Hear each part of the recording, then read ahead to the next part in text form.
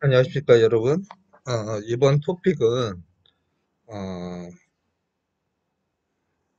우리가 그 디자인이라고 여러분이 흔히 그 생각하는 부분 중에 외관적인 모양, 형태, 느낌, 이런 것들을 주로 스타일이라고 저는 표현을 하고 있는데, 스타일과 그리고 맵 포지셔닝에 대해서 기업 안에서 커뮤니케이션 수단으로서 이루어지는 맵 포지셔닝에 대해서 설명하도록 하겠습니다.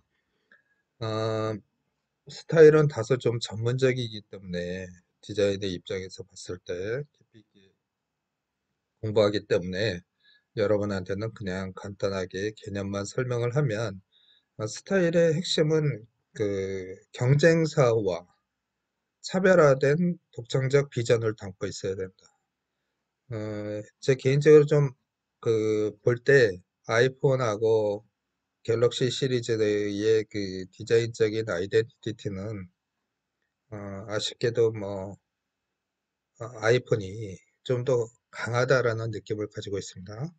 그런 그 특징이 아이덴티티가 누가 더 강하고 그걸 좋아하는 대상들이 얼마나 많은가에 따라서 기업의 비전이 이루어지기 때문에 그 스타일의 측면에서만 봤을 때 삼성은 좀 더 부진한 문제를 해결하기 위해서 뭔가 노력했으면 한다라는 생각을 가지고 있습니다, 개인적으로. 이건 순전히 저의 개인적인 생각입니다. 그리고 특히 이런 큰 기업 말고 중소기업이라든가 벤처 사업에 있어서 그 몇 개의 제품을 가지고 그 비즈니스를 하는 기업의 경우 디자인은 더욱 핵심적인 요소다라는 겁니다. 이유는 뭐냐면 그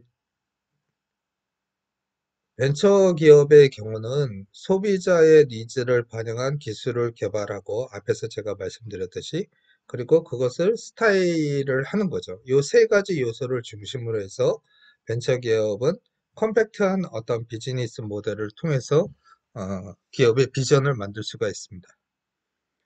다시 말씀드리지만 소비자의 니즈를 캐치해서 라이프 스타일이나 소비자의 요구를 잘 반영을 해서 거기에 맞는 최소한의 기술을 개발하고 그것을 스타일링해서 소비자가 굉장히 갖고 싶은 그런 프로덕트를 만드는 거죠. 이것이 중소벤처기업의 핵심, 핵심이라고 할 수 있습니다. 근데 여기서 디자이너의 역할이 좀 많은 것은 디자이너들이 이럴 땐 소비자의 니즈나 그리고 제품의 핵심적으로 판매하는 요소 같은 것들을 그래픽이나 뭐 이런 거에서 포인트를 주고 강조해 줘야 된다는 거죠. 그래서 벤처 디자인의 요소가 많은 그런 벤처 기업의 경우 디자인이 핵심적인 역할을 수행하는 경우가 많다. 이런 말씀을 드립니다. 뭐 알렉시의 레몬 앞잡기인데요. 뭐 이 형태적인 아이덴티티는 굉장히 강한 거죠. 하나의 사례입니다. 여러분이 좀 다소 생소한 것을 설명을 가급적이면 쉽게 하도록 하겠습니다. 맵 포지셔닝인데요. 어, 이걸 설명하는 이유를 아주 간략하게 설명을 하면 기업 안에서 제가 말씀드렸듯이 그 브랜드나 마케팅이나 또는 소비자의 니즈를 반영하는 부서나 기술, 연구소, 그리고 디자이너가 모여서 회의를 하는 경우가 굉장히 많습니다. 이거는 큰 회사나 작은 회사나 다 마찬가지고요. 특히 벤처 회사나 스타트업의 형식을 갖는 회사들은 굉장히 회의가 많습니다. 그런데 이 회사들에 있어서 가장 문제는 뭐냐면 디자이너는 이미지를 주로 하고 다른 부서 사람들은 주로 텍스트로 커뮤니케이션을 한다는 거예요. 그래서 감성적 언어와 이성적 언어를 쓰는 사람들이 같이 모여서 회의를 하는데 그래서 이 문제를 좀 더 명확하게 하기 위해서 그 마케팅 쪽에서 개발한 툴이 맵 포지셔닝 기법입니다. 쉽게 얘기를 하면 여러분이 그 설문조사할 때 뭐 플러스 5점, 마이너스 5점 이렇게 체크할 때 이것도 일종의 의사결정을 위한 맵 포지셔닝이잖아요. 그래서 그걸 한번 설명하도록 하겠습니다. 여러분이 나중에 회사나 아니면 제안서, 또 스타트업 같은 경우, 그리고 저기 뭐죠? 그 청년사관학교 뭐 이런 데 같은 경우는 요즘 그 제안서만으로 OK를 받으면 정부 지원을 받으니까 그럴 때 이런 맵버치 진행 방법이 굉장히 중요한 툴입니다. 요거는 조금 전에 말씀드렸듯이 여러분 설문조사에다가 체크를 이렇게 해서 A타입, B타입, C타입 이렇게 해서 의견 조사를 하는 거고요. 요거 같은 경우는 가로 세로 축에 이렇게 체크를 하면 교차점에다가 위치 표시를 하는 겁니다. 이 A 같은 경우는 지금 위쪽으로 1, 2, 3, 4, 4에 포지셔닝 돼 있고요. 그리고 좌측으로 3에 포지셔닝 돼 있죠. 그래서 거기다 포지셔닝하고 이렇게 하는 겁니다. 그래서 이런 경우는 내가 A라고 했을 때 경쟁사 B 해서 A와 B의 차이가 어, 뭐 가로 세로축으로 어떻게 나누냐 이렇게 설명하는 데 있어서 매우 좋은 툴입니다. 앞에서 설명한 내용이고요.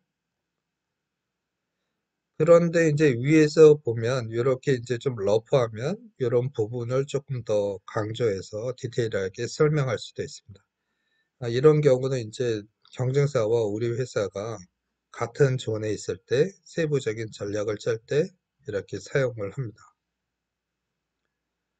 요거는 키워드를 6개를 가지고 가운데는 0점, 밖에는 6점 해가지고 6가지 항목에 대해서 체크를 하는 거죠. 여러분의 이 디테일한 내용은 뭐 필요 없고 이 표를 이렇게 보면 이런 내용입니다. 그러니까 요 회사 같은 경우는 6가지 요소 중에 3가지 요소가 강점을 가지고 있는 것입니다. 중견기업 중에 특성화된 기업이죠. 3가지 강점이 있기 때문에. 이 회사 같은 경우는 일반적인 그냥 중소기업입니다. 그러니까 뭐냐. 특징이 없는 회사. 이렇게 점수로 보면 보통 2점, 3점으로 전부 이루어져 있지 않습니까? 얘 같은 경우는 뭐 4점 이상이 3개고, 다른 거는 뭐 중소기업과 같지만, 그래서 특성이 있다는 거고, 이 회사 같은 경우는 이 회사보다는 뭐 하나, 둘, 셋, 한 3군데 정도의 강점이 있지만, 다른 것도 어느 정도 보완된 상태다. 그래서 요 표로서 뭐 예를 들어서 A라는 회사, B라는 회사, C라는 회사를 이렇게 구분해서 평가할 수 있는 거죠. 이 회사 같은 경우는 매우 긍정적이라고 할 수 있습니다.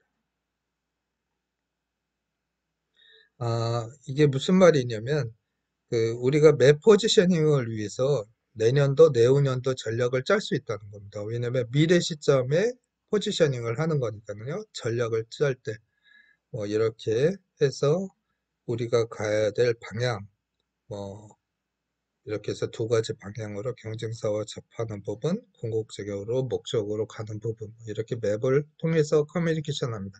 이런 거는 주로 마케팅 부서에서 이렇게 프레젠테이션을 하는데요. 여러분이 회의를 참석하거나 뭐 이랬을 때 미리 학습을 한 상태 내에서 도움이 될 거라고 생각합니다. 요거 같은 경우는 스타일링 맵 포지셔닝이죠. 그래서 이렇게 라이프 스타일 조사할 때 주로 많이 하는데요. 이런 거는 의료회사 같은 경우 보면 뭐 가을 시즌에 20대 여성을 타겟팅으로 한 의료 개발한다고 그런다면 이제 뭐 그때 유행하는 라이프 스타일을 이렇게 찾아서 포지셔닝을 하는 겁니다. 네, 여기서 일단 여기까지 하겠습니다. 맵 포지셔닝에 대해서 설명을 하고자 합니다. 왜 맵 포지셔닝을 설명하느냐면 어, 주로 기업 안에 다양한 역할이 있지 않습니까? 경영하는 사람, 뭐 마케팅하는 사람, 그리고 소비자에 관련된 사람, 기술, 뭐 디자이너, 뭐 이런 사람들이 모두 모여서 커뮤니케이션을 하는데 여러분은 어떻게 생각할지 모르겠지만 디자이너와 다른 사람들의 어떤 표현의 수단이 좀 다르죠. 디자이너는 주로 이미지를 만들어내고 다른 사람들은 텍스트를 통해서 보고서를 주로 해서 커뮤니케이션을 하지 않습니까? 그러니까 이런 어, 다양한 부서의 사람들이 모여서 정확한 어떤 이슈에 대해서 회의를 하려면 이 맵 포지셔닝이 필요합니다. 맵 포지셔닝은 주로 그 기업에서 그 경영하는 사람들이 주로 사용을 했었는데 경영학과 같은 데서도 대학에서 많이 지도를 하고요. 근데 요즘은 이 맵 포지셔닝 방향이 여러분들 보고서 작성할 때 많이 사용하게 될 것입니다.